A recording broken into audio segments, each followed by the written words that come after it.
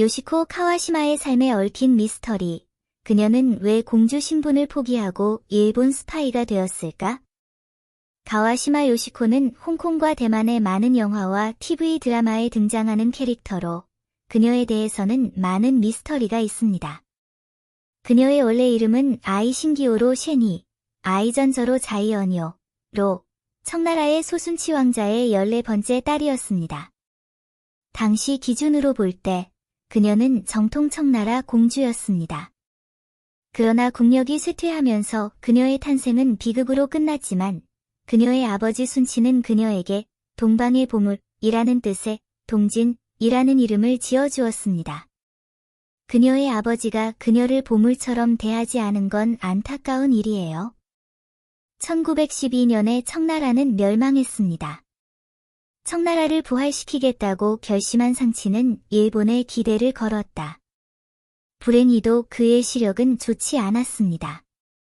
일본군을 설득하기 위해 상치는 어린 동진을 일본의 론인 가와시마 나니와에게 우정의 표시로 양녀로 주었다. 론인이란 무엇인가?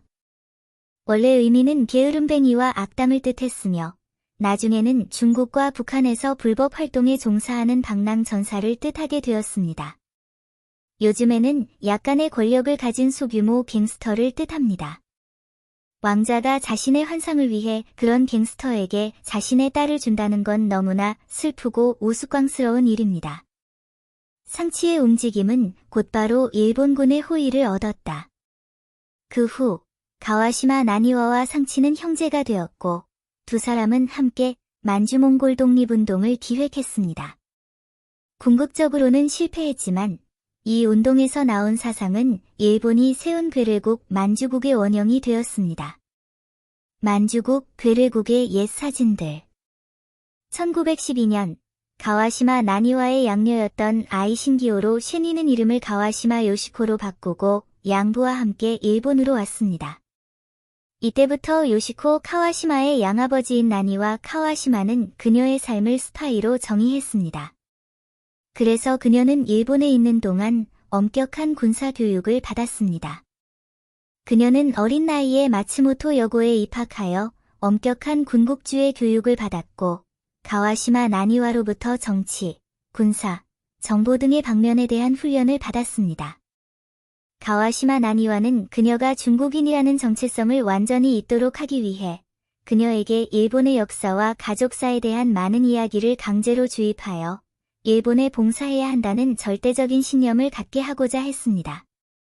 요시코 카와시마는 나이가 들면서 생각과 행동이 점점 일본적으로 변했고 예쁘고 우아해졌습니다.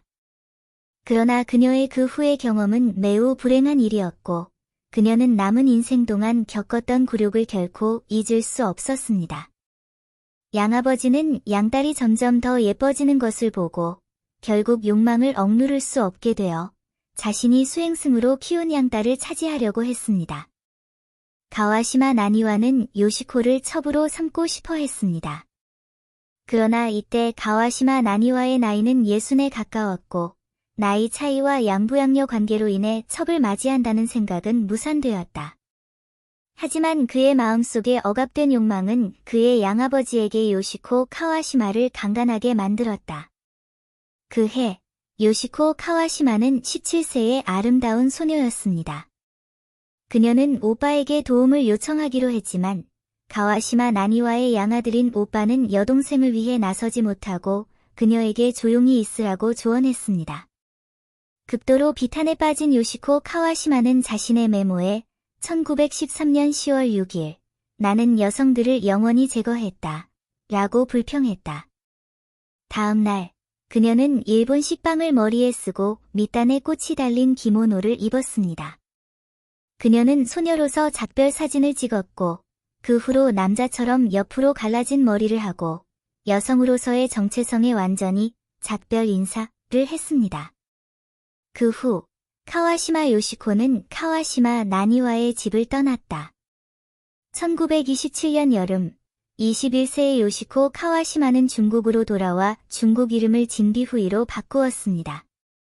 얼마 지나지 않아 요시코 가와시마는 만주족과 몽골족이 연합하여 청나라를 복위해야 한다는 아버지 상치의 가르침을 따르고 리순에서 몽골 독립군 지도자 바부잡의 차남 간주얼잡과 결혼했습니다. 요시코 카와시마의 내면적 트라우마는 결혼으로 조금이나마 달래질 수 있을 것이라 생각했지만 그녀의 마음은 복수심과 청나라의 유산으로 가득 차 있었습니다. 게다가 그녀는 남편에 대한 감정적 기반이 전혀 없었습니다. 불과 3년 후, 괴짜이고 어수룩한 요시코 카와시마는 탈영을 결정하고 일본 관동군에 접근했습니다. 1931년 일본군은 이를 기회로 중국 침략을 감행하였고, 일본은 요시코 가와시마를 간첩 활동에 파견하였다.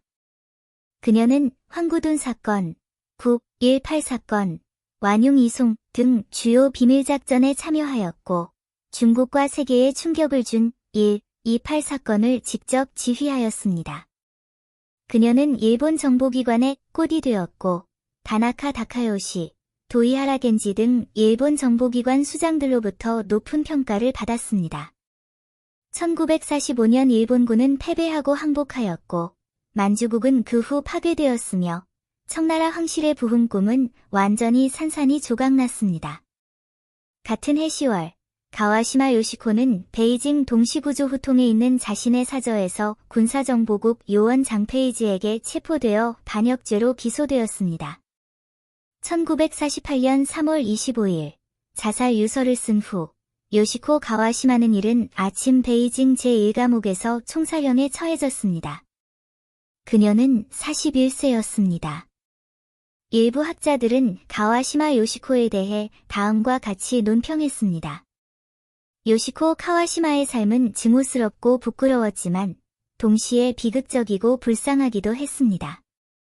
그녀를 영원히 국가적 수치의 기둥에 못 박은 죄는 그녀의 험난하고 불행한 어린 시절에서 비롯되었습니다.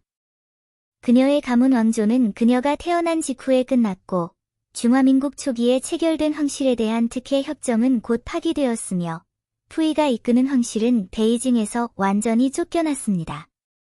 가와시마 요시코는 이러한 민족적 증오와 가족 간의 불화라는 환경 속에서 태어나고 자랐으며 일본 군국주의 교육을 받았습니다. 개인적인 감정 측면에서 보면 그는 삶 속에서 불행을 겪었고 결국 적을 아버지로 인식하고 적과 공범이 되는 길로 들어섰으며 돌이킬 수 없었습니다. 어떤 경우이든 요시코 카와시마의 인생은 의심할 여지 없이 비극적이었습니다.